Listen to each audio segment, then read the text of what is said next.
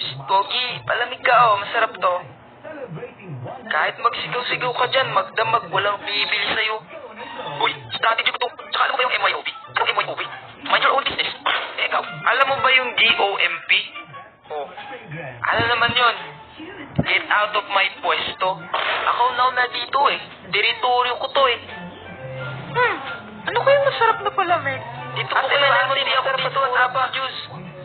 Ay, ayaw pa awat talaga ng isang to Mr. DJ, play the music. Idadaan na lang natin to sa rap battle. Abay, nahamon mo ako Sige. Mga suke, bili na kayo, diglilimatik sa 10. Mura lang ang presyo, may mangga, tsokolate, at meron pang buko, masarap magbalamig, kapitag init na, kaya ating maganda, agree kayo diba?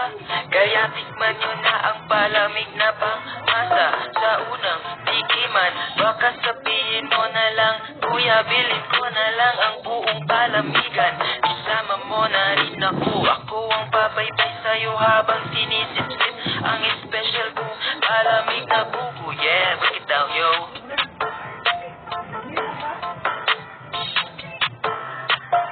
Ating maganda, huwag maniwala sa kanya. Nakita ko ang palamig, binekos-mekos niya.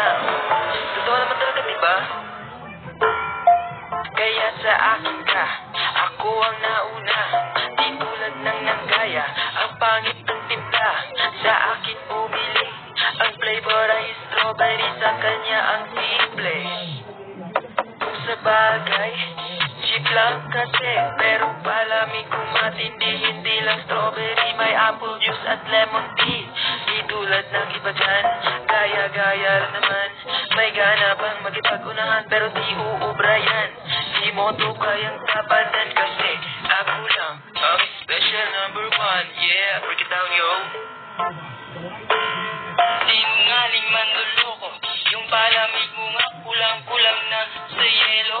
Parang panis na yan, kahapon pa ba yan? Mukha pang tinipid sa sago at gulaman. Kaya miss, sa akin bumili, may discount pag maganda ang aking mga suki. Di ka pa nagbabayad, may suki ka na agad. Di ka pa mabibitin, ang lagay ko ay sagad.